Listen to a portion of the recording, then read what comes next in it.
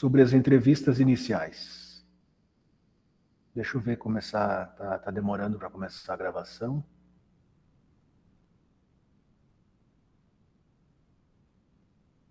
Agora sim. Muito bem. Tá todo mundo aí? Fernanda, Joyce, Vitor, Cleneci e Matheus. Tá faltando só a Brenda, daqui a pouco ela chega.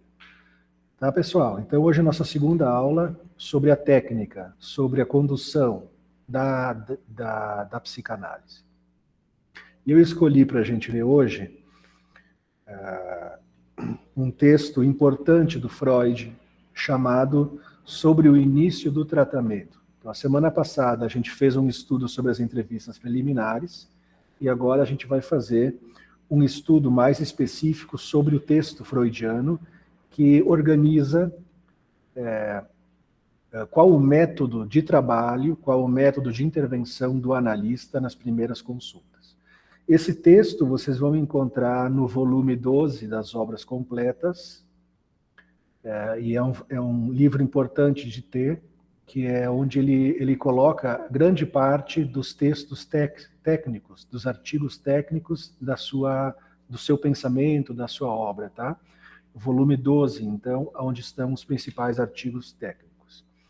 E esse é um bastante fácil de ler, porque ele é bem objetivo, ele é bem claro, e eu apresento ele aqui para vocês sobre forma de itens, sobre forma de recortes, que a gente pode ler junto e comentando, né? O que o Freud propõe para nós sobre o manejo das primeiras entrevistas. O primeiro tópico importante do texto se refere à ideia... Sim, Cleneci. Professor, o senhor já tinha postado isso? Já tinha? Já. Tá. O título do texto é Principais Tópicos do Texto, né? Isso. Principais tópicos do texto sobre o início do tratamento de Sigmund Freud. Então, isso? Tá. Isso. Então vocês vão ver ali, né, que o primeiro tópico importante do texto se refere à ideia de que a técnica da primeira entrevista não pode ser universalizada e nem ser mecânica, né? Então não é uma regra dura, rígida, né? Ela precisa ser sempre flexível com a singularidade do nosso paciente, né? Mas então ele vai aplicar aqui elementos norteadores, elementos balizadores da primeira entrevista, das primeiras entrevistas. Então ele vai dizer que a primeira entrevista, que a técnica da primeira entrevista não pode ser universalizada. O ponto 2, ele vai falar para nós que esse experimento preliminar, ele próprio é uma psicanálise. Ele próprio segue as regras da psicanálise. Mas como a gente viu na aula anterior, na terça-feira, a gente deve entender que, mesmo que segue as regras próprias e específicas da psicanálise, a gente deve entender que ele é um tempo específico anterior à entrada da psicanálise propriamente dita. E ele vai propor para nós que nesse tratamento de ensaio, nessas primeiras entrevistas, o analista tem que se colocar numa posição de não explicar nada mais além do que o absolutamente necessário para fazer o paciente prosseguir no que está dizendo. Então, é preciso deixar o paciente falar o máximo que der, sem interferir. Então, para a gente não estragar a incipiente transferência que está ali se montando, nós vamos falar extremamente o necessário, estritamente o necessário, para que o paciente possa apresentar para nós a sua demanda, as suas queixas, o seu sofrimento. Terceiro, as dificuldades surgem quando o analista e o seu novo paciente ou suas famílias mantêm termos de amizades ou têm laço social em comum um com o outro. O Freud vai nos dizer que se a gente vai atender alguém que é amigo da família, que é amigo de um amigo nosso, ou que é um parente, que isso tende a dificultar a psicanálise, né? E que, se a gente se dispõe a atender a esposa, um filho, um amigo, a esposa de um filho, de um amigo, né? A gente tem que saber que isso pode custar a nossa amizade. Tá bem? Olha que interessante, né? Se você se propõe a atender a esposa ou o filho de um amigo, deve estar preparado para que isso lhe custe a amizade. Qualquer que seja o resultado do tratamento. Então não é muito indicado, mas se a gente for fazer essa oferta de escuta, a gente tem que estar preparado para que isso custe a nossa amizade. É importante saber que o paciente e sua família, acreditando ou não na eficácia do tratamento, pouco importa. Sua confiança ou desconfiança inicial é quase desprezível, se comparada às resistências internas que mantêm a neurose firmemente no seu lugar. Então não importa se o paciente acredita ou não na eficiência da psicanálise, porque as grandes resistências, as maiores, vão aparecer no decorrer do tratamento. Vitor, tu pode ler o próximo parágrafo? Está em mãos aí?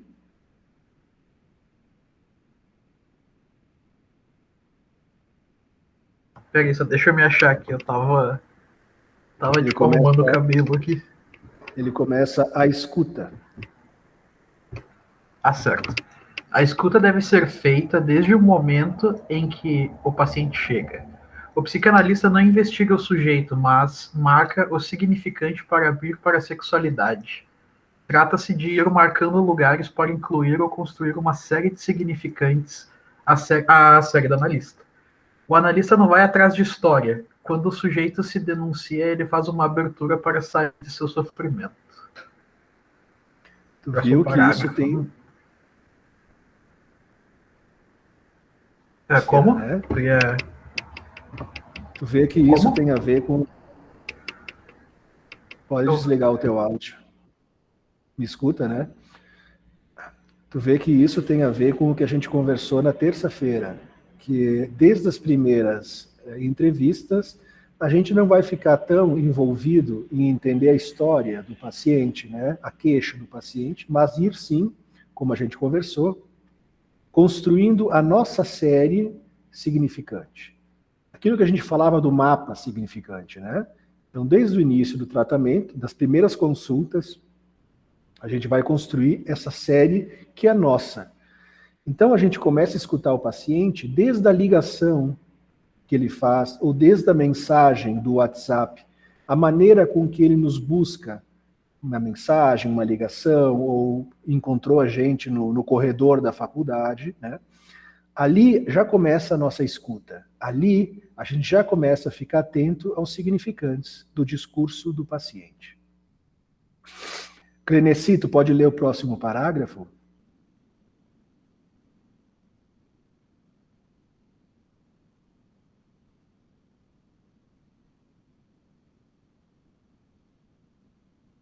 Acho que ela não está presente. Próximo parágrafo diz assim: não devemos nos ater à sedução, à fé, à crença e à desconfiança. Depois tu lê, então.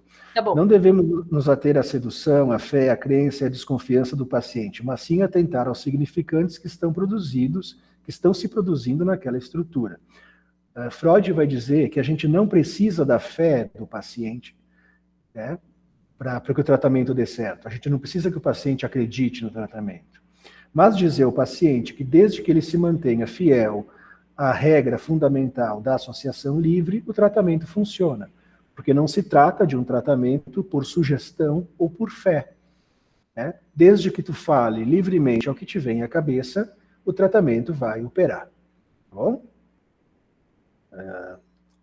Diferente dos casos referentes a tratamento por sugestão, a tratamento por hipnose, né, que o paciente precisa se colocar numa situação de se deixar, né, conduzir pelo suposto saber, né? Na psicanálise não precisa disso. Outro ponto importante do início do tratamento são os acordos referentes a tempo e dinheiro.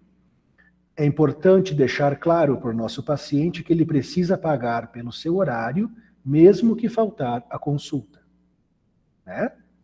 A cada paciente, a gente atribui uma hora específica do dia ou da semana, né, que pertence a ele. A gente diz, olha, esse horário é teu, ele pertence a ti, tu precisa pagar por ele, mesmo se tu não vier. Isso faz parte do contrato inicial do trabalho, né? A gente chama isso de contrato, a gente chama isso de enquadre. É quando a gente vai explicar para o paciente como é que funciona, como é que vai funcionar os acordos referentes a tempo e dinheiro. Agora, é claro que isso também não pode ser uma regra muito fixa, porque tem pacientes que entendem que se eles faltarem, eles precisam pagar, né? Tem pacientes que não entendem isso, então determinados pacientes a gente não pode aplicar essa regra assim. Então depende muito também da estrutura do paciente, do sintoma, da transferência e da subjetividade. Mas o ideal é que o paciente se comprometa com o seu horário, com a sua sessão. Caso não venha, pague da mesma forma, tá, pessoal? Na época do Freud, ele atendia o paciente todos os dias da semana. Então, o paciente vinha segunda, terça, quarta, quinta, sexta, sábado, e domingo era descanso. Então, o paciente fazia 6 sessões por semana. Hoje não funciona mais assim, né? Hoje, a média, né, do tratamento psicanalítico, pelo menos na nossa cultura, na nossa cidade, é 2 sessões por semana. A média, 2 sessões por semana, tem quem faça 3, tem quem faça 4, mas a média é 2 sessões, 1 por semana. Tá legal? Até porque as pessoas não conseguem sustentar financeiramente sessão todo dia, e também não tem mais tempo para isso como era uma vez, né? Hoje em dia o tempo está muito mais curto, e a contemporaneidade nos coloca numa relação com a rotina, onde a gente não consegue mais encontrar tempo para, digamos assim, ir 3, 4 vezes por semana na sessão, né? Ele diz assim, que quando o paciente pergunta quanto tempo vai demorar o tratamento, quanto vai demorar, doutor, para eu me curar? Ou quanto vai demorar para eu melhorar e tu me dar alta? Freud vai nos dizer, e isso é verdade, né, que a gente não tem como precisar isso. A gente não tem como dizer para o nosso paciente, daqui 3 meses tu fica bom, daqui 1 ano tu fica bom, daqui 3 anos. Isso é impossível. Mas a gente pode dizer para ele que isso depende do ritmo, isso depende do passo, isso depende da singularidade de cada um. E frequentemente os pacientes vêm para as primeiras entrevistas e perguntam, será que quantas sessões eu preciso para melhorar? A gente precisa dizer, olha, não tem como saber. Depende do ritmo de cada um, depende da subjetividade de cada um. A gente... E às vezes quando eles exigem muito isso, né, a gente pode falar assim, bem, vamos fazer uma experiência de 10 sessões, depois a gente reavalia, vamos fazer uma experiência de 2 meses, de 3 meses, aí o paciente se acalma um pouquinho, né? Então a gente pode dizer às vezes isso, vamos experimentando e a gente vai avaliando conforme o nosso trabalho vai andando. Agora, Clenici, tu pode ler o próximo parágrafo? Sim. A psicanálise e o discurso analítico colocam em movimento um processo que não pode ser previsto em termos de tempo e resultado. Então, temos que dizer aos pacientes, quando eles nos perguntam quanto tempo irá durar o tratamento, que é algo que depende do tempo de cada um, que é muito singular e que não temos como inicialmente dizer. Pode continuar. Sem dúvida, é um trabalho que leva tempo. Mesmo pessoas inteligentes esquecem que uma proporção necessária tem de ser observada entre tempo, trabalho e sucesso. Isto, inicialmente, constitui resultado compreensível da profunda ignorância que predomina a respeito da etiologia das neuroses. Para falar... Oi? Sim, lê mais esse, por favor. Tá. Para falar claramente, a psicanálise é sempre questão de longos períodos de tempo, de meio ano ou de anos inteiros, de períodos maiores do que o paciente espera. É nosso dever, portanto, dizer-lhe isso antes que ele se decida finalmente sobre o tratamento. Obrigado, Cleneci. De Então, nada. vocês veem aqui na pena do Freud, né, ele dizendo que não adianta, né, é um tratamento demorado. E a gente precisa, de alguma maneira, dizer para o paciente que, de alguma maneira, não se resolve da noite para o dia nossos conflitos psíquicos, que os conflitos psíquicos, que os movimentos psíquicos levam tempo. É um trabalho cuidadoso, é um trabalho que exige uma certa delicadeza no manejo da nossa vida mental, né? Dado que a gente vai mexer com questões que estão ali desde sempre, tá? Então ele diz assim, bom, nosso dever é dizer que, de alguma forma ou de outra, é demorado, né? Agora ele falava aqui, na época dele, em questão de meio ano ou ano inteiro, porque ele começou a psicanálise fazendo sessões todos os dias, né? Então, para nós, hoje isso é um tempo muito pequeno, né? Meio ano e um ano inteiro, isso aqui é uma psicoterapia breve. É claro que uma psicanálise leva bem mais que isso, né? Depois ele diz assim, permito o paciente interromper o tratamento quando quiser. Isso é bem legal, né? Mas não escondo dele que se o tratamento for interrompido, após um pequeno trabalho ter sido feito, ele não será bem sucedido. Então Freud ele não vai dizer assim, se tu acabar o tratamento, tu vai ficar mal, tu vai regredir, não vai dizer isso, né? Ele vai dizer assim, bom, se tu está querendo suspender o tratamento, tudo bem, né? Tu não vai piorar, mas de repente os efeitos que tu estava esperando não vão acontecer. É mais ou menos isso, né? O máximo que a gente pode dizer para um paciente que quer suspender as sessões ou que quer dar um tempo é isso, né? Olha, não acho que tu vai piorar, não acho que tu vai ficar mal, mas se tu continuar, tu pode ter mais benefícios. Se tu continuar, tu pode avançar melhor nesses assuntos que tu tem trazido para nós. É isso que podemos dizer, porque tem psicólogos que dizem assim, olha, se tu parar o tratamento, eu não me responsabilizo, né? Tem psicólogos que dizem assim, olha, se tu não quiser mais vir, tu vai regredir em tudo que a gente conquistou. Que é para segurar o paciente e para segurar a sua renda, digamos assim, né? Então o que nós vamos dizer para o paciente? Tudo bem se tu quiser parar. Quando tu quiser voltar, as portas estão abertas. Pode me ligar e a gente continua o nosso trabalho, sem problema nenhum. Então o paciente, né, pode querer parar a hora que quiser, e nós vamos aceitar isso de bom grado e manter a porta aberta para quando ele quiser voltar. Certo, né, pessoal? Ninguém vai fazer o contrário disso. Ele vai dizer que abreviar o tratamento analítico é um desejo justificável e que muitos profissionais, desde a época dele, já tentaram encontrar formas de fazer o tratamento mais curto, mais abreviado, mas todas se mostram insuficientes e ineficazes. Então, não é um tratamento que dê para abreviar. Por quê, né? Porque um fator muito importante é saber a lentidão com que se realizam as mudanças profundas na mente.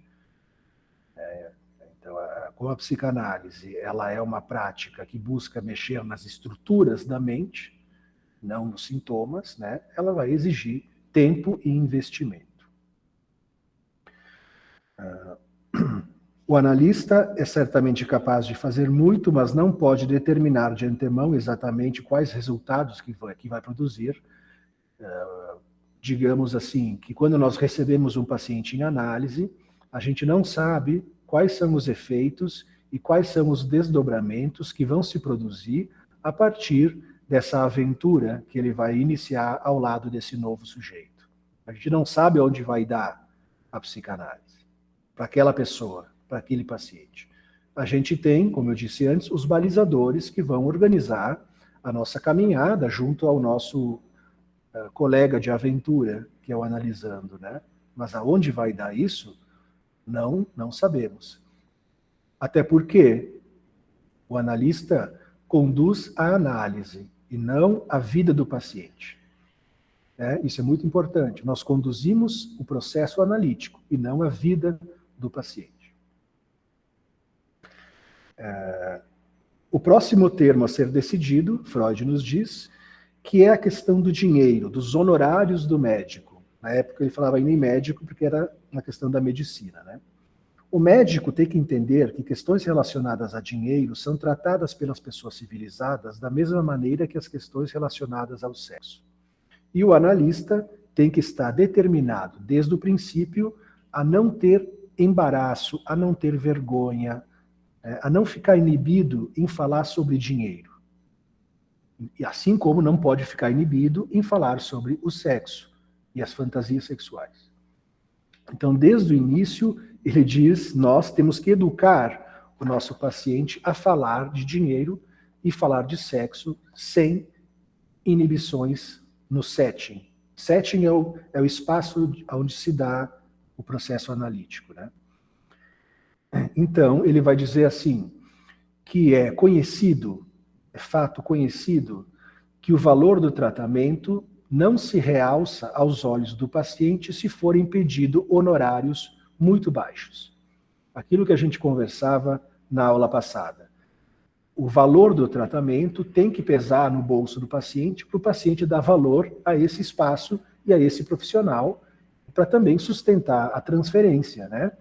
Já que esse suposto saber que está transferido para a figura do analista tem um valor inestimável para esse paciente.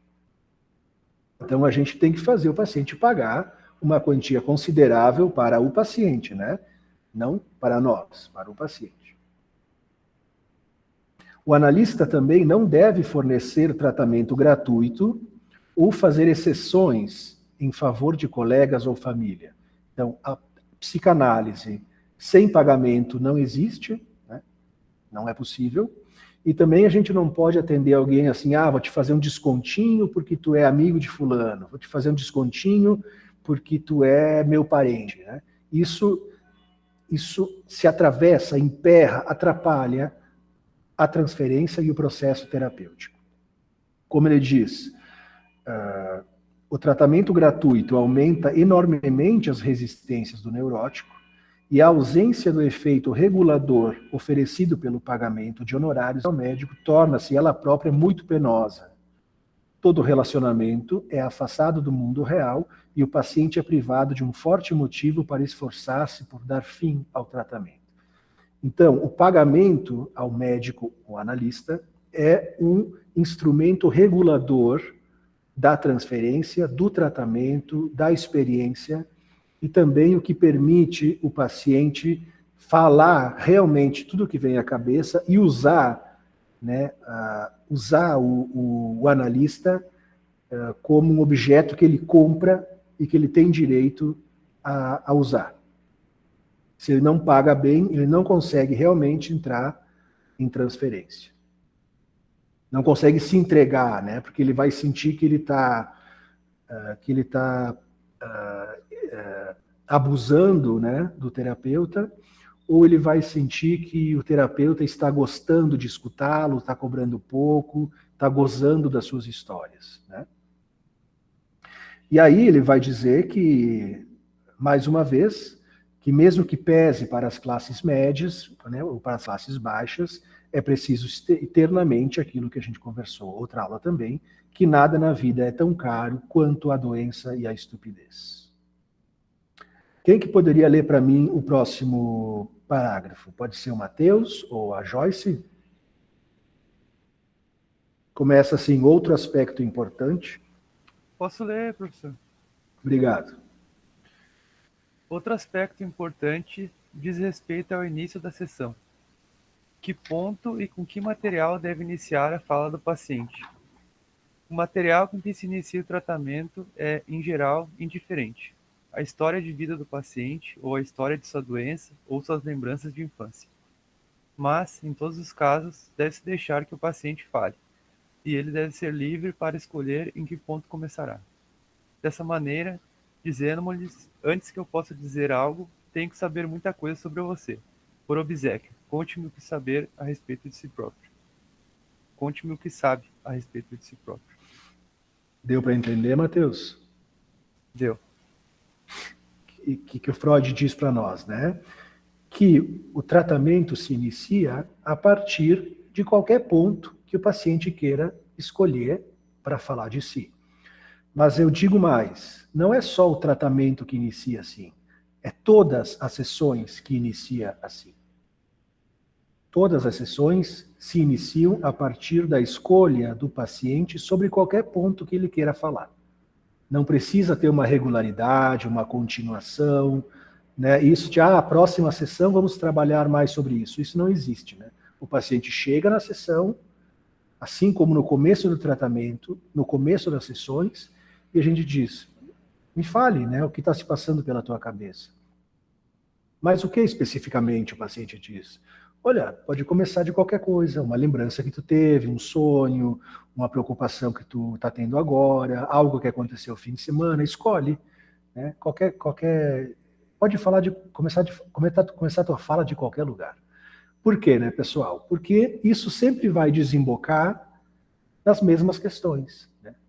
Isso sempre vai desembocar nos significantes primordiais que estão na organização neurótica do nosso analisando. Outro elemento importante a ser levado em conta no início do tratamento diz respeito, olhem que interessante isso aqui também, a orientarmos o paciente a não preparar a sessão, não preparar o que vai dizer em cada consulta. Qualquer preparação desse tipo não deve ser recomendada, pois ela é empregada apenas para impedir que pensamentos desagradáveis venham à superfície. Nunca se deve esperar uma narrativa sistemática e nada deve ser feito para incentivá-la. Então, tem muitos pacientes que gostam de fazer uma listinha do que vão tratar naquela sessão. Tem muitos pacientes que gostam de pensar durante a semana que tópicos eles vão querer abordar, mas a gente deve desencorajar isso, porque isso só serve para impedir que as formações do inconsciente, que os elementos inconscientes, que as surpresas, que as alianças, que as fissuras no discurso possam aparecer. Então isso é resistência. Preparar a sessão, vir com a sessão escrita no papel é resistência. Isso só atrapalha o trabalho. Então, às vezes a gente diz, quando o paciente vem com uma coisa anotada, né? Deixa aí do lado da poltrona e tenta me falar o que tu lembra que tu anotou. Ah, eu vim com um sonho aqui escrito. Tá, legal. Bota no bolso e me fala o que tu lembra que tu anotou. Porque desse jeito a gente favorece que o discurso produza as equivocações necessárias para a nossa intervenção. Então, vamos desencorajar a sessão pensada anteriormente e também desencorajar um discurso obsessivo, certinho, né? A gente precisa encorajar um discurso solto, livre, caótico. Como ele diz aqui, né? Há pacientes que desde as primeiras horas preparam com cuidado o que irão comunicar e devemos desencorajar essa prática. Ficou claro isso para todo mundo, né? A Fernanda, tu tá aí? Tu pode ler o próximo parágrafo? Sim. Só um pouquinho, deixa eu só abrir aqui, professor. Começa assim, outro aspecto. Esse aqui tu já não leu, professor? Não. Não? Tá. Outro aspecto importante diz respeito ao início da sessão. Não ali. Outro aspecto importante no início do tratamento. Tá, é outro elemento, então, outro elemento importante, né? Não, é outro aspecto importante no início do tratamento, é o de aconselhar as pessoas. Achou? Tá. Quase no fim desse texto. Tá, sim, eu tava na página errada, desculpa. Outro aspecto importante no início do tratamento é o de aconselhar as pessoas e não falar muito sobre sua psicoterapia com os seus pares. É preciso aconselhar o paciente a contar ao menor número de pessoas possível a respeito dele. Assim, o protegemos também, até certo ponto, das muitas influências hostis que procuraram atraí-lo para longe da análise. No material didático em que estamos baseando nossos estudos, existe uma figura de um analista fazendo anotações à vista de seu paciente deitado no divã. É uma figura equivocada. O analista senta-se atrás do paciente, fora do seu campo de vista, e não anota nada. Obrigado, Fernanda. Então, tu viu, Fernanda, no parágrafo anterior, que ele aconselha o nosso paciente, né, a não ficar comentando da sua análise com os seus amigos, com os seus familiares, né? Por quê?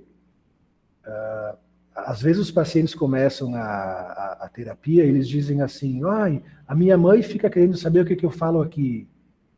Meu filho fica perguntando sobre o que a gente conversa, né, Fernanda? O que eu faço?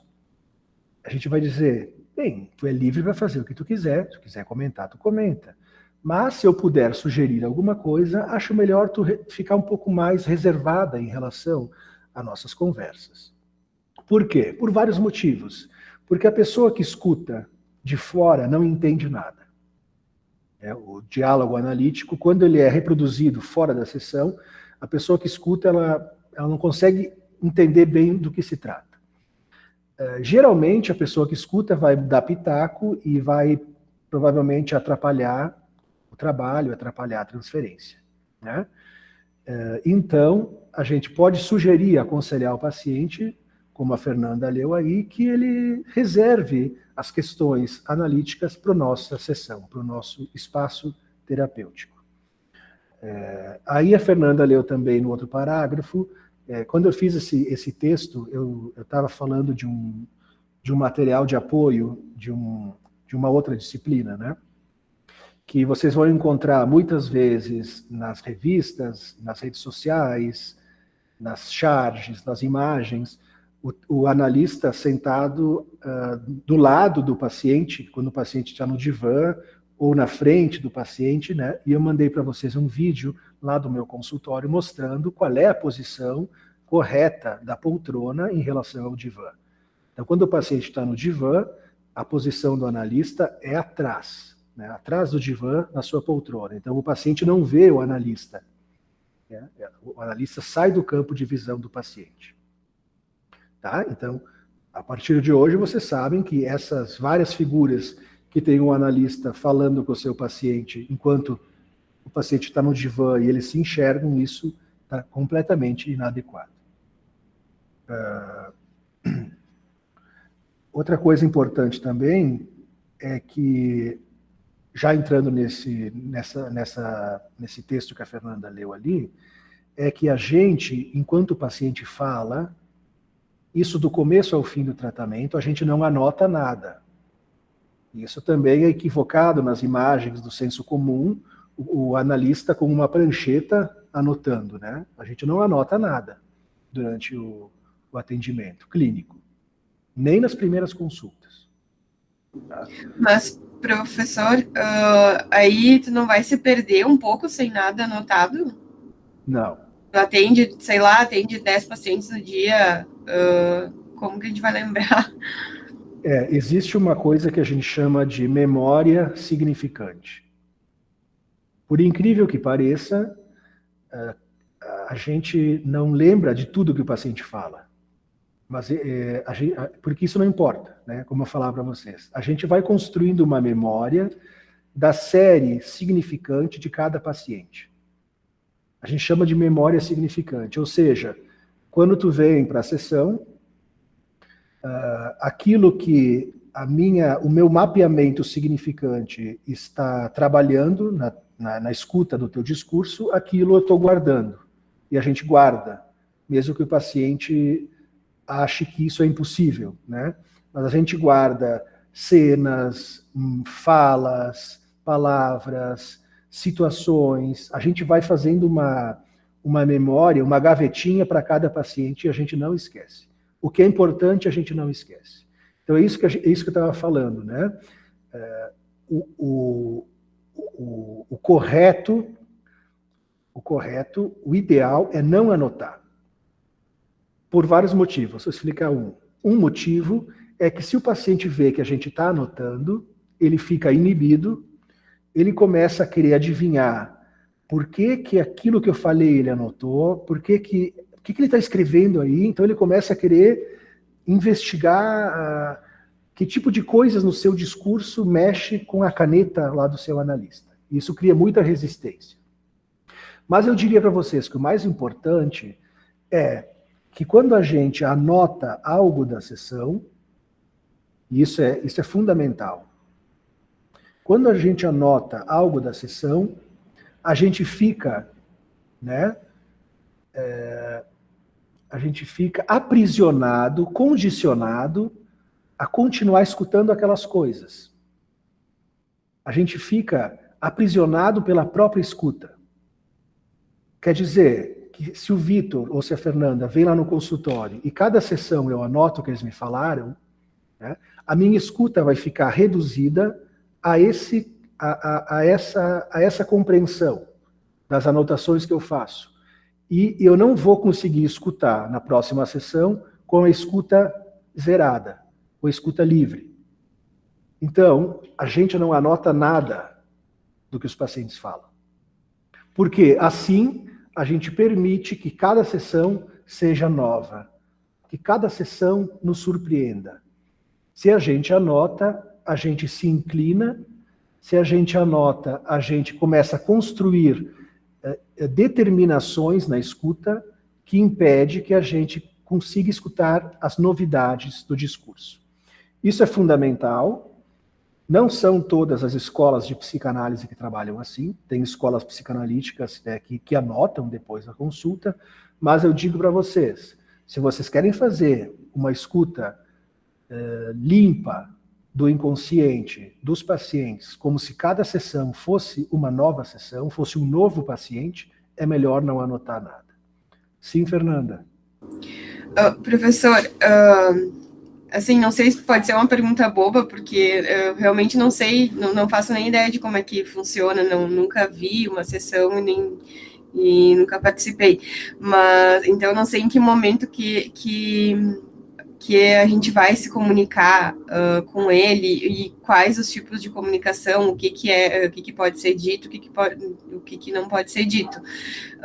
Mas digamos, eu tô ali com ele e durante a fala dele, eu acho que eu não vou interromper, né? Enquanto ele está falando. Se eu tiver que falar alguma coisa, comunicar alguma coisa lá no final da fala dele, e daí é isso que eu acho que fica ruim não anotar. Como é que eu vou lembrar? Não tenho risco de esquecer algum ponto ali, de comentar com ele? Não sei se entendeu a pergunta. Sim, então vamos imaginar que a gente nem sempre precisa esperar o paciente parar de falar para intervir, né? Às vezes a gente pode fazer uma intervenção em cima da frase, ou fazer uma intervenção em cima do ponto, e isso a gente vai estudar depois. Mas, vamos dizer que tu está falando para mim de uma briga que tu teve com a tua família, né? E tu está falando, e nessa fala eu pesco uma coisa, outra, né? Enquanto tu está falando, olha, eu pego para mim, né? É interessante isso que ela disse, ou esse esquecimento, ou essa expressão, e a pessoa está falando, tu está pensando isso. De repente a pessoa para de falar, né? Fica aquele silêncio, e tu pode dizer assim, me explica um pouco melhor isso que tu me falou, dessa sensação que tu teve, né? E aí o paciente pega isso e continua o discurso. Então, é mais ou menos assim, né, Fernanda? A gente, enquanto o paciente fala, a gente vai selecionando os signos linguísticos, os significantes, melhor falando, né? A gente vai guardando eles na manga, e quando o paciente tranca, trava, silencia, a gente pontua esses pontos para que ele siga fazendo a sua associação livre. Mais ou menos isso? Sim, eu entendi. É que na minha cabeça eu não poderia interromper, sei lá por que eu pensei, mas não poderia interromper a fala dele. Eu achei que poderia falar só lá no final. Não, interrompemos normalmente desde o começo, né? Não precisamos esperar, né?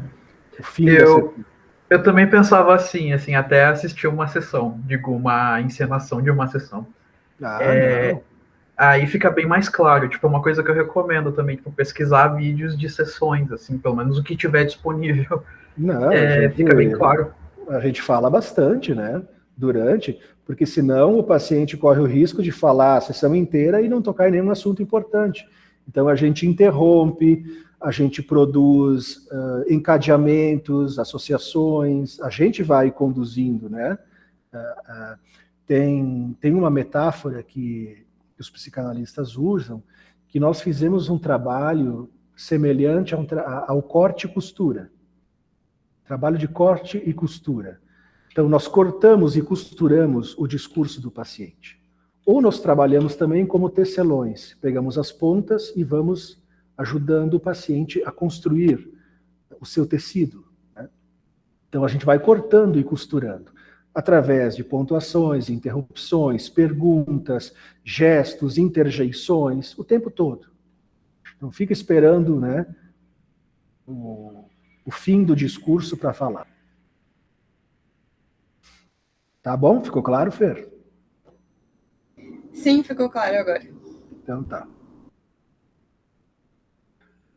Jamais devemos ocupar uma posição de condenação a respeito de qualquer coisa que o paciente nos traga. Jamais ocupar uma posição de moralistas. De alguém que vai dizer isso é bom, isso é ruim, isso é certo, isso é errado. Não é nosso papel. Se a gente faz isso, a gente inibe o discurso do paciente. Né? Então, se o paciente vem te contar que estuprou alguém, que molestou alguém, que matou alguém, ou que está desejando coisas, né, pecaminosas, nossa função jamais é de ser um juiz, um moralista. Quer dizer, a pessoa tem o direito de falar tudo e a gente de escutar tudo.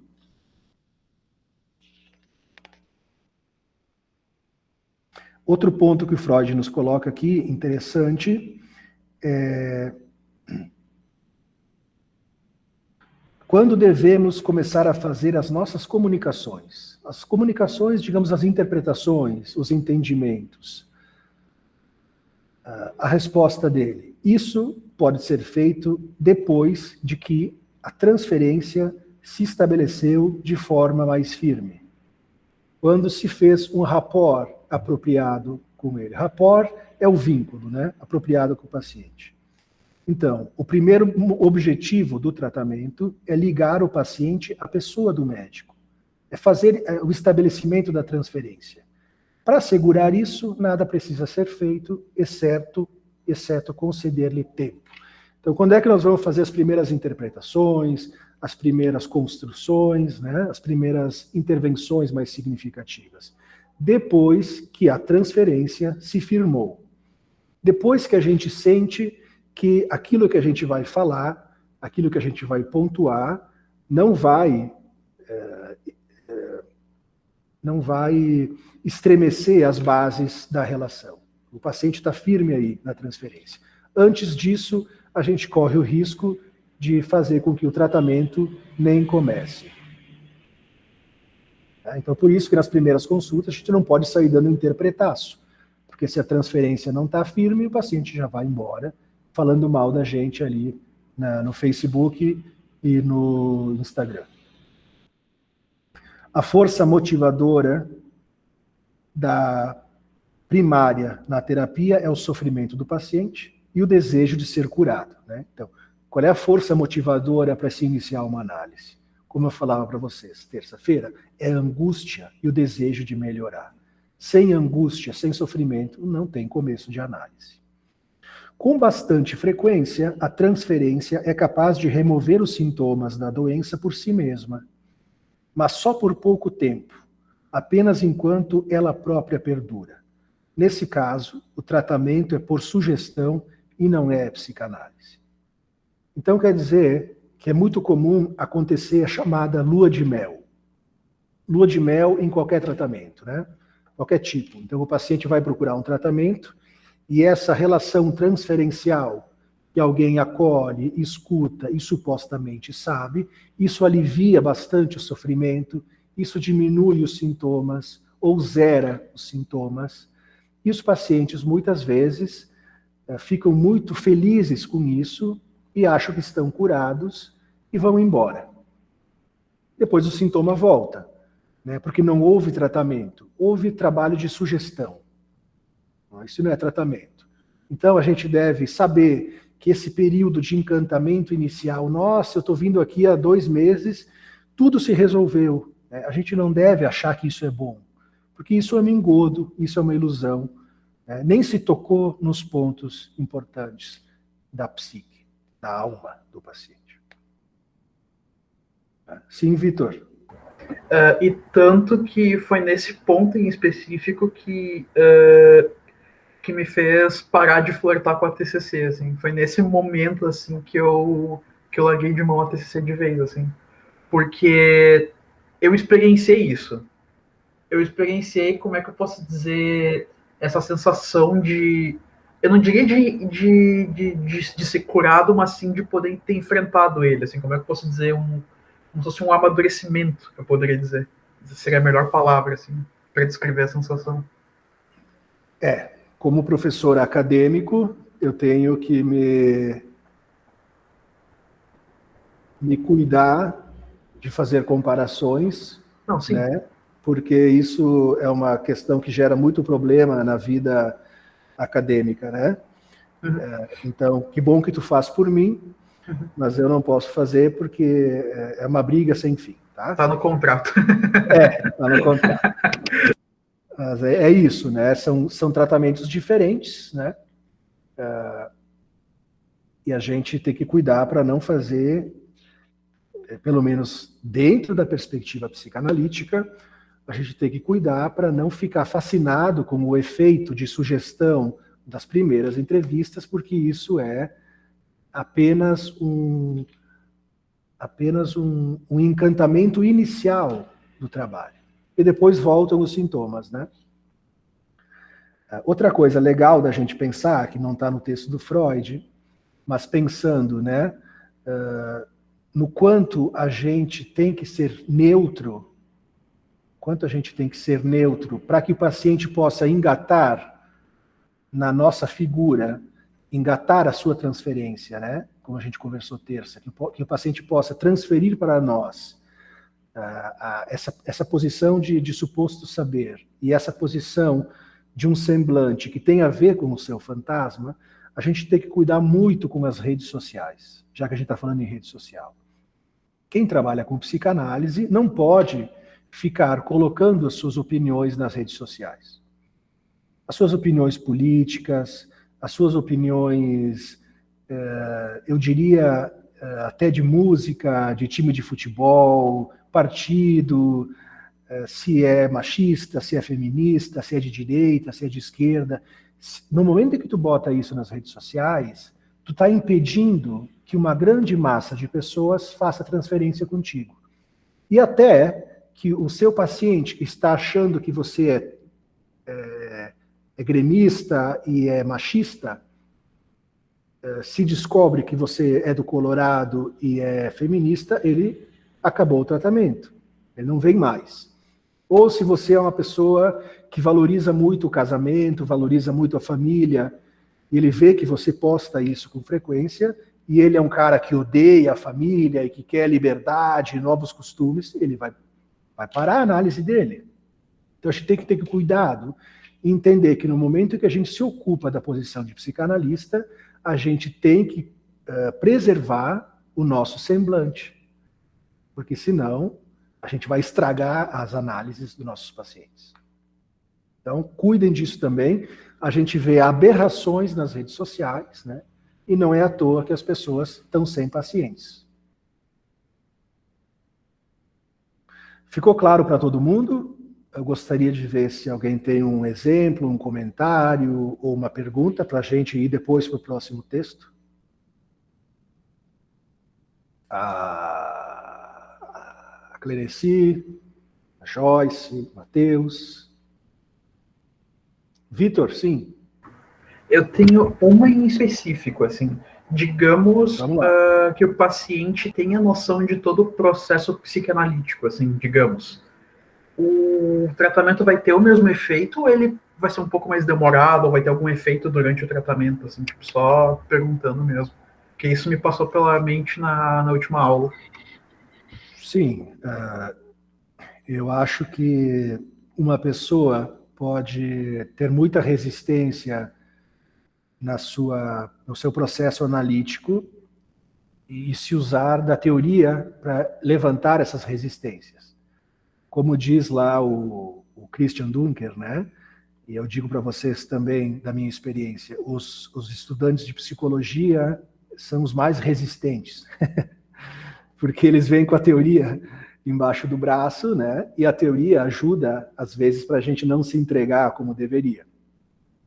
Mas também a teoria pode ajudar muito, porque se a gente sabe, né, o que se espera dessa sessão, desse momento, desse analista, isso também pode facilitar muito, porque aí tu corta um caminho, né? Tu já sabe o que é associação livre, como é que funcionam os sonhos, tu já sabe qual é o papel do terapeuta, tu já sabe como é que funciona o inconsciente. Se tu utilizar isso a teu favor, isso deslancha mais o processo, né?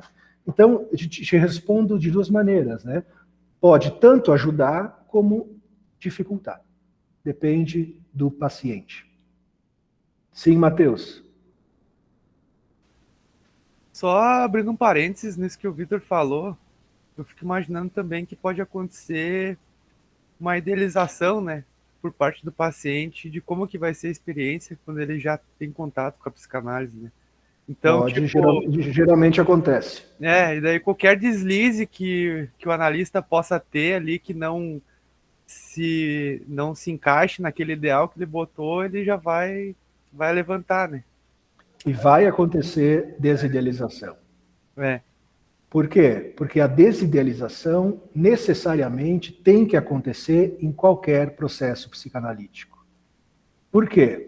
Porque a psicanálise é uma prática de redução do imaginário, de redução das miragens, de redução das fantasias. Então, o processo psicanalítico tende a enxugar o imaginário. E é claro que a pessoa que vai buscar a psicanálise, conhecendo ela só na teoria, vai esperar uma experiência muito maior, mais interessante, quando ela não é. Ela é uma experiência muito simples. Eu lembro que quando eu comecei a minha análise, passou 1 mês, 2, 3 de análise, eu dizia para a minha analista, tá, mas e quando que tu vai fazer uma interpretação, né? Quando que tu vai fazer uma interpretação que vai mudar, assim, a minha cabeça, ou que vai me dar um insight, né? Então, eu estava idealizando demais a experiência. E não vinha essa interpretação, né? Porque não é isso, né? É uma coisa quase que imperceptível, né? Que vai acontecendo numa experiência dialética. É uma experiência que muitas vezes a gente tem a impressão de que não está acontecendo nada. Muitas vezes a gente tem a impressão de que a gente só bateu papo. Muitas vezes a gente tem a impressão que o nosso analista ele não está entendendo ou não está falando nada, né? É uma experiência contrária a qualquer tipo de magia. É o contrário da magia. É uma experiência bruta, simples, de fala. Então, a gente sempre, necessariamente, vai cair na desidealização. Na desidealização com a psicanálise e, principalmente, na desidealização com o analista. Porque é necessário que o analista, num processo analítico, caia do lugar de ideal. Necessário. E isso é difícil suportar. Se a gente passa o tempo inteiro achando que o nosso analista é o cara, a gente está no comecinho da análise. Em algum momento ele tem que cair, né? Justamente porque se ele está num lugar idealizado, se trata do nosso narcisismo, que está ali ainda muito, muito intacto. Sim, Clenessi? Uma dúvida. Vamos supor que eu vou começar a fazer... Vamos supor que eu vou lá fazer análise. Essa análise, o psicanalista pode começar... perguntar para a pessoa começar a contar o que ela lembra sobre a vida dela desde o começo? Geralmente não começa assim, não. Mas tem alguns que começam? Olha, às vezes a gente pede isso quando a gente vê que o paciente não consegue falar. A gente vê que o paciente não consegue começar de lugar nenhum. Quando a gente vê que o paciente tem muita resistência, né? A gente pode dizer assim, bom, então, para eu te conhecer melhor, já que tu está começando a vir aqui agora, me conta a tua história, assim, os principais fatos, o que tu lembra da tua caminhada. A gente pode fazer esse tipo de pedido, né, para facilitar que a pessoa consiga encontrar uma forma de se apresentar para nós. Mas não é o ideal. Entendi. Tá bom.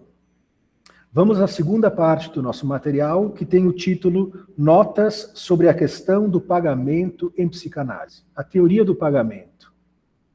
A primeira coisa a saber é que o dinheiro está inserido, ele é partícipe da sexualidade do paciente.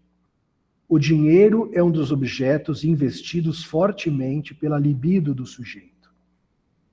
A psicanálise nos desvela de fato que o capital é tratado pela libido. Então, o dinheiro está inserido na neurose do paciente, no sintoma do paciente. Está inserido como objeto investido pela libido do paciente. Dinheiro não é algo que deve ser escutado fora do caso clínico, fora da subjetividade, mas dentro, né? Ele é um dos objetos da pulsão, quiçá um dos grandes objetos da pulsão. E nem tudo da pulsão está articulado ao significante. Vocês lembram que a pulsão, né, se divide em dois vetores, né? Aquele que se liga ao significante e aquele que se liga ao objeto perdido, que é a libido. E essa libido se conecta ao dinheiro, né? Então, quando a gente faz o paciente pagar pela sessão, a gente faz com que essa libido, né, passa a ser amoedável, passe ao campo das representações. Isso é importantíssimo, né? Tem que pagar. Até atendimento com criança, a gente cobra. A gente cobra um brinquedinho, uma folha, um desenho. É preciso pagar. Para amoedar o gozo. Para tirar o paciente do gozo. Então, o dinheiro permite amoedar o capital de libido que está ali disponível para o sintoma. A gente tira a libido que está investida no sintoma e faz a libido ser investida no pagamento e no analista. Isso quer dizer o quê? Quer dizer que o dinheiro se torna o representante universal da falta de gozar. Pagar é abrir mão de um gozo. Pagar é abrir mão de um ganho secundário da doença. É preciso pagar. Pagar com dinheiro para não pagar com o corpo. Pagar com dinheiro para não pagar com o gozo, com a saúde. Né? Isso é muito importante. Como a gente viu terça-feira, o objeto A é o objeto que o sujeito só pode usufruir na condição de não tê-lo. E aí Lacan dizia que o rico é inanalisável, porque o rico não tem falta de nada. É uma metáfora, né? Quer dizer que a pessoa, para se analisar, precisa se colocar na condição de um sujeito faltoso, se confrontar com as suas faltas. Então, pagar é renunciar ao gozo, né? E renunciar ao gozo é abrir o campo do desejo. Então, quando a gente faz o paciente pagar, a gente está fazendo o paciente abrir mão do gozo e entrar no campo do desejo. E aí, o nosso teórico vai falar sobre 5 funções do dinheiro na vida de cada um de nós. A função do dinheiro no campo da necessidade. Primeiro, viver. Então, o dinheiro tem uma função que é fazer com que a gente consiga dar conta das necessidades. Comida, moradia, plano de saúde, roupa, lazer. Né? Dinheiro como forma de dar conta das necessidades. Depois ele vai falar do dinheiro como associado ao poder, associado ao símbolo fálico, associado à ideia de que se eu tenho dinheiro, eu tudo posso. Se eu tenho dinheiro, nada vai acontecer comigo. Então é aquele gringo, né, que enche a poupança de dinheiro achando que se tiver dinheiro não vai morrer, né? Então é a ideia do dinheiro como escamoteamento da castração e da falta. Outro símbolo do dinheiro é o dinheiro como pedido ou doação de amor. Quando peço dinheiro, eu peço amor. Quando eu dou dinheiro, eu dou amor. É o símbolo de dar, de dom. É uma forma de amar e se fazer amar. Então, quando o analista não consegue cobrar muito bem o seu paciente, ele quer ser amado pelo seu paciente. Olha, vou te fazer um precinho bom, me ame. Então, um analista demandando amor. Ou quando o paciente que quer pagar mais do que pode para o seu analista para ser amado pelo seu analista, para ser o paciente ideal, aquele que mais paga. Isso tem que ser escutado. Nós temos também o dinheiro no nível dos significantes. Então, é o dinheiro que está inserido na cadeia simbólica do paciente, né? O dinheiro como mais um dos objetos que podem estar representando a falta, o objeto A, que é o uso mais adequado do dinheiro, né? Como objeto de troca, objeto social, cultural, como representante, né, da nossa força de trabalho. Então, o dinheiro também, nesse nível, né, do desejo, do significante.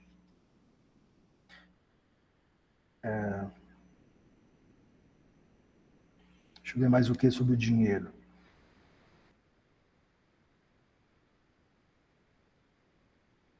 Então, fica claro que o dinheiro é da ordem pulsional. O dinheiro faz parte da economia pulsional do paciente.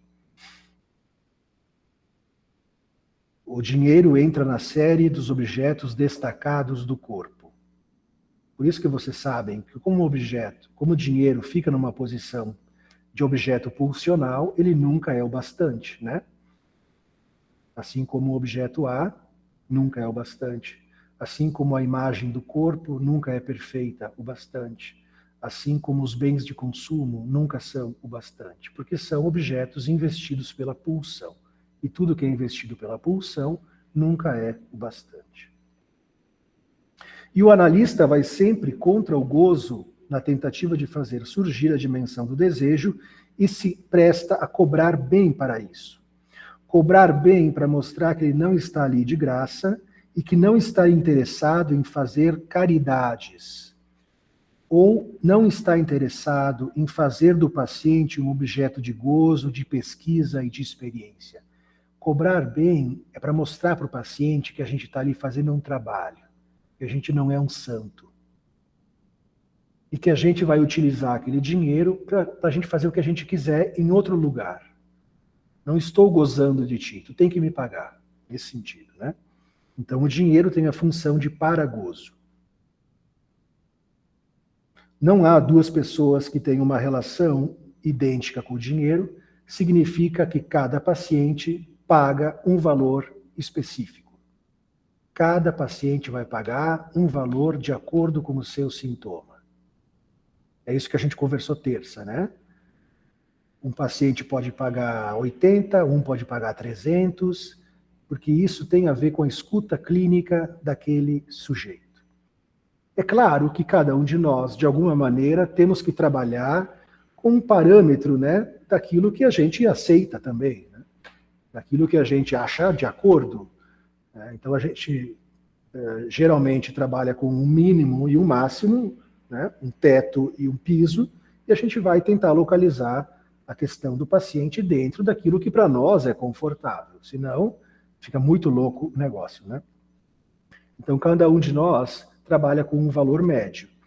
Eu trabalho com um valor médio de R$150 a consulta. Então, o paciente vem lá, eu escuto ele tendo essa média. Eu posso variar para menos, cobrar 100, 120. Eu posso variar para mais, cobrar 200, 180, né? Cada um de nós tem essa calibragem do valor, mas a gente vai adaptar isso à singularidade do paciente.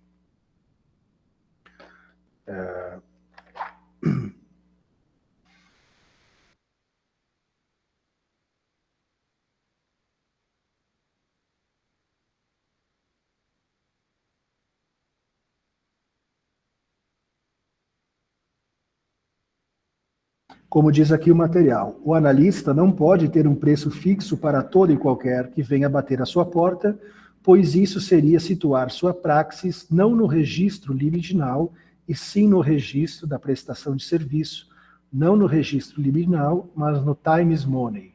Então, tabelar um dinheiro não tem a ver com psicanálise. O analista, isso é importante, né? O dinheiro serve para fabricar o analista. Então, olhem a colocação do Antônio Quinet. Trata-se de fabricar um objeto que se chama analista, e o dinheiro se presta bem a isso, pois se paga ao analista para dele desfrutar. O analista se vende como objeto que tem valor contabilizável, tanto por sessão. Assim, o analista é um objeto libidinalmente investido e que vai amoedar-se com dinheiro. Então, para um paciente vir na sessão, nos falar todas as suas loucuras, os seus desejos, as suas sujeiras, para se declarar para nós, para dizer que nos odeia, para querer nos abandonar, para querer fazer o que quiser conosco, ele precisa pagar bem. E senão ele não consegue fazer isso. E nós vamos nos emprestar como um objeto, como uma prostituta, né? O analista é uma prostituta.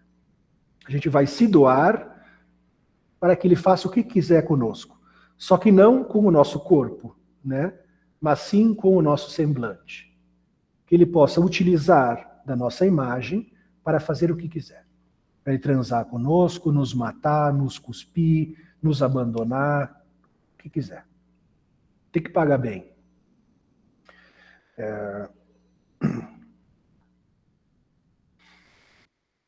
Assim, o sujeito vem prestar conta de seus crimes e para tal ele paga com dinheiro.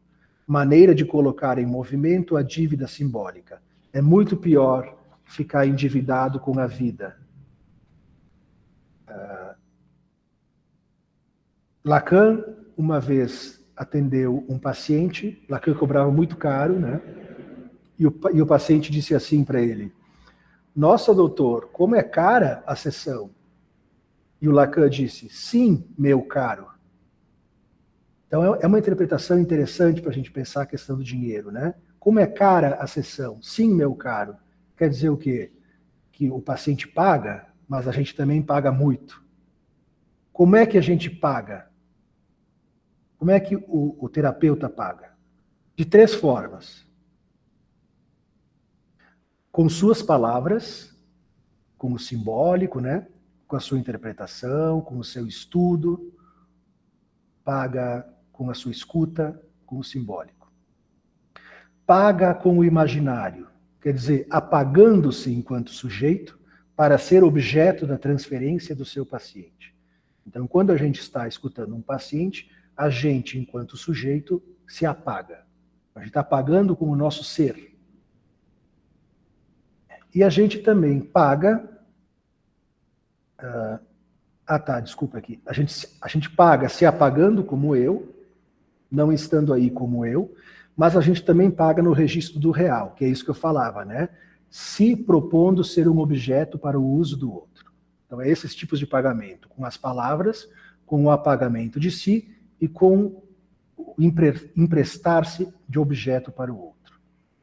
Então, paradoxalmente, o que o paciente paga para nós? Ele paga pelo nada. O que nós damos para o nosso paciente? O nada. E esse nada é caro, porque o único profissional que dá o nada é o psicanalista. Todos os outros dão alguma coisa. O médico, o psicólogo, o fisioterapeuta, o dentista, todos dão alguma coisa. O único que dá o nada é o psicanalista. E é nesse nada, e é esse nada, que vai permitir que o sujeito possa se constituir. E vocês sabem, né, que o sujeito se constitui na sua relação com o nada. Essa questão é complicada, né? Porque o paciente paga caro para que a gente dê o nada. Não é que a gente não dê nada, a gente dê o nada. Que a gente dê o enigma, que a gente dê o vazio do qual ele vai usar para se construir.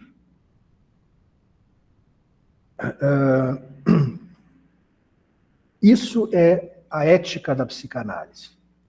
Sugiro para a Cleneci, que compra os seminários, mais um para ela, né? A ética da psicanálise, seminário número 7, que fala justamente desse lugar de quem nada deseja. Não desejamos a melhora do paciente, não desejamos a piora do paciente, não desejamos o dinheiro do paciente, não desejamos o amor do paciente, nós apenas desejamos que ele suporte o confronto com o nada. Vou ler aqui um pedacinho do Lacan.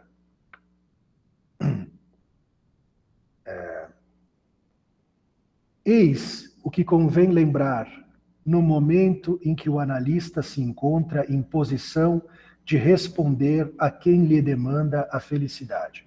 O paciente nos demanda o quê? Felicidade. A questão do bem supremo, a felicidade, o bem supremo, como articula Aristóteles na Ética, que a felicidade é o bem supremo. O analista sabe que a felicidade é uma questão fechada. O analista sabe que o que se lhe demanda, o bem supremo, a felicidade, é claro que ele não o tem. Assim também como sabe que ele não existe. Ter levado uma análise a seu termo nada mais é do que ter encontrado esse limite onde toda a problemática do desejo se coloca. Então, os nossos pacientes vêm nos demandar, em última instância, a felicidade. E nós temos que saber que nós não temos a felicidade para dar, assim temos que saber também que a felicidade não existe. Isso a gente só pode saber depois de ter se analisado. A gente só pode suportar não responder a essa demanda de felicidade se a gente é um analista. Senão a gente tenta dar a felicidade, tenta dar conselhos, tenta dar orientações. Né? Isso é o que eu tinha para falar para vocês sobre a nossa segunda aula de entrevistas preliminares. Antes da gente ir para o nosso exercício de hoje, comentários, perguntas e dúvidas? Não? Tá, então eu vou encerrar a gravação para a gente ir para o nosso exercício.